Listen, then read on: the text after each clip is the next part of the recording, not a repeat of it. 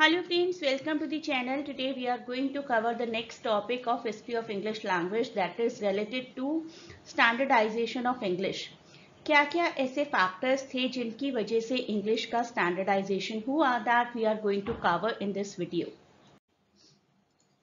Other than these playlists, there are 16 PDFs. मैंने recently काफ़ी PDFs add की हैं. एक comprehensive की कॉम्प्रीहेंशन की प्रैक्टिस को ऐड किया है, ग्रामर की भी एडिशनल प्रैक्टिस को ऐड किया है. इनफैक्ट हिस्ट्री ऑफ लिटरेचर के नाउ देर आर 5 PDFs. एक हिस्ट्री ऑफ लिटरेचर ही है इटसेल्फ, जिसमें सारे एराज हैं. रिविजन ऑफ ब्रिटिश राइटर्स मैंने रिसेंटली ऐड किया है. 16 मोस्ट इंपॉर्टेंट टॉपिक्स हैं, 20 और इम्पॉर्टेंट राइटर्स हैं. इसके थ्रू आपके क्वेश्चन 5 की बहुत अच्छी प्रिपरेशन हो जाएगी, क्योंकि क्वेश्चन 5 बहुत ही एनिग्मेटिक क्वेश्चन है, कहीं से भी कुछ भी आ सकता है. फिक्शन एंड ड्रामा पूरा डिटेल प्रैक्टिस है, पोइट्री की पूरी डिटेल प्रैक्टिस है, प्रोज की प्रैक्टिस है, एसेज की प्रैक्टिस है, 20 पेजेस के एसेज हैं. इंग्लिश बैकलॉग क्वेश्चन पेपर भी मैंने पूरा डिस्कस किया है 50 पेजेस का, इससे भी आपको अच्छी हेल्प मिलेगी. और इसके अलावा एक सैम्पल पेपर है 54 पेजेस का, जो सिर्फ एक सैम्पल पेपर ना होकर कम से कम इतने क्वेश्चंस हैं जितने कि 3 से 4 सैम्पल पेपर्स में होंगे. तो ये सारी सेल्फ प्रिपरेशन आपके लिए बहुत अच्छी और बहुत फ्रूटफुल प्रूफ होनी चाहिए. Great good luck from my side. और अब मूव करते हैं आज के टॉपिक की तरफ. इंग्लिश से रिलेटेड कोई टॉपिक आए तो इन 3 फेजेस को ज़रूर मेंशन करिए. Anglo section, medieval, modern English phase. इनके बारे में हम लोग पहले भी बहुत बात कर चुके हैं. This will be a good introduction for any question related to history of English. इसके बाद आपका क्वेश्चन होगा स्टैंडर्डाइजेशन ऑफ इंग्लिश से. तो टर्म स्टैंडर्ड इंग्लिश आखिर होता क्या है वो भी मेंशन करिए. उसके बाद मूव करेंगे अपने फैक्टर्स की तरफ. स्टैंडर्ड इंग्लिश जो कि जनरली मेजॉरिटी ऑफ लोग एक्सेप्ट करते हैं under many social situations. Anglo section period में इंग्लिश इमर्ज हुई थी, लेकिन उस टाइम पर स्टैंडर्डाइजेशन इतना ज़्यादा नहीं था. अलग अलग ज्योग्राफिकल एरियाज में रहने वाले लोग अलग अलग तरीके से इंग्लिश को इस्तेमाल किया करते थे. Then slowly and steadily a need was felt कि अगर कोई लैंग्वेज बोली जा रही है तो कोई तो फिक्स स्टैंडर्ड होना चाहिए, कोई तो ऑफिशियल ऑर्गेनाइजेशन होना चाहिए कि जो कि सारे रूल्स एंड रेगुलेशंस को फिक्स करे. इंग्लिश को अगर टीच किया जाना चाहिए एकेडमिक लेवल पर, तो there should be some rules, और उस यूनिफॉर्मिटी को ही हम स्टैंडर्ड इंग्लिश कहते हैं. तो बहुत सारे फैक्टर्स रहे हैं जिन्होंने स्टैंडर्डाइजेशन में कंट्रीब्यूशन किया है, जैसे कि with the advent of printing press, books could be produced much more quickly and at a fraction of the cost compare to the hand copied manuscripts. Hand copied जब होती थी बहुत कॉस्टली होती थी बुक्स, फिर प्रिंटेड बुक्स थोड़ी सी accessible होने लगी, accessible to broader audience. As a result, there was a rapid expansion of literacy and education amongst the people from various social strata, various social classes started gaining access to printed materials, जिसकी वजह से standardized English improve हो गई. एक और reason जो कि responsible है, that is political stability. Norman rule, Norman conquest 1066 के बाद एक ऐसा एनवायरनमेंट बन गया था जबकि डेवलपमेंट हो सकती थी स्टैंडर्डाइज्ड इंग्लिश की. This stability basically allowed for cultural and linguistic developments including standardisation of English. तो ये नॉर्मन इन्फ्लुएंस था जो अपने साथ अपनी ओल्ड फ्रेंच फॉर्म लेकर आया था, which became initially the language of court, language of administration, and this bilingualism led to the blending, the mixing of old English and old French vocabulary. और धीरे धीरे एक थर्ड तरीके की ही vocabulary डेवलप होनी शुरू हो गई. फॉर एग्जाम्पल्स, एडमिनिस्ट्रेशन में जो वर्ड्स यूज किए जाते थे, गवर्नमेंट, ज्यूरी, कासल, ये सब कुछ नॉर्मन इन्फ्लुएंस की वजह से इंग्लिश में इंक्लूड होते चले गए. लिटरेरी और स्कॉलरली एक्टिविटीज़ तो बड़ी ही थी. Rise of universities, rise of increase scholarly activities during the 12th and 13th century. This created a demand of written texts in English. Universities भी इस्टेब्लिश हो रही थी ना इस टाइम पीरियड पर. The emergence of universities and increase writing in English fostered the demand for standardized language.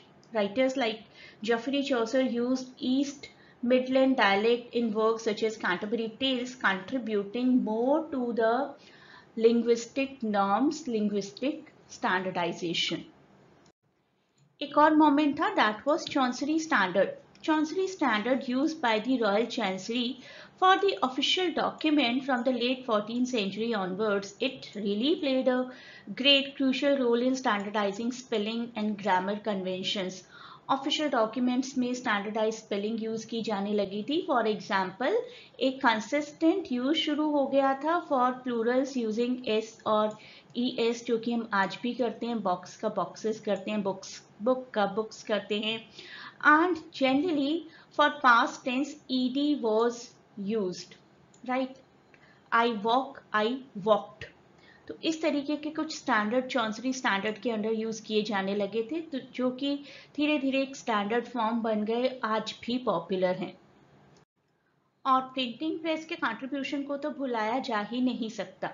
The invention of the printing press by William Caxton, although इससे पहले जर्मनी में गुटेनबर्ग प्रेस आ गई थी, लेकिन अगर ब्रिटेन की बात करें तो विलियम केक्सटन, जिन्होंने 1476 में ये ग्रेट रेवोल्यूशन किया था. William Caxton's introduction of the printing press in 1476 allowed for mass production of books in English.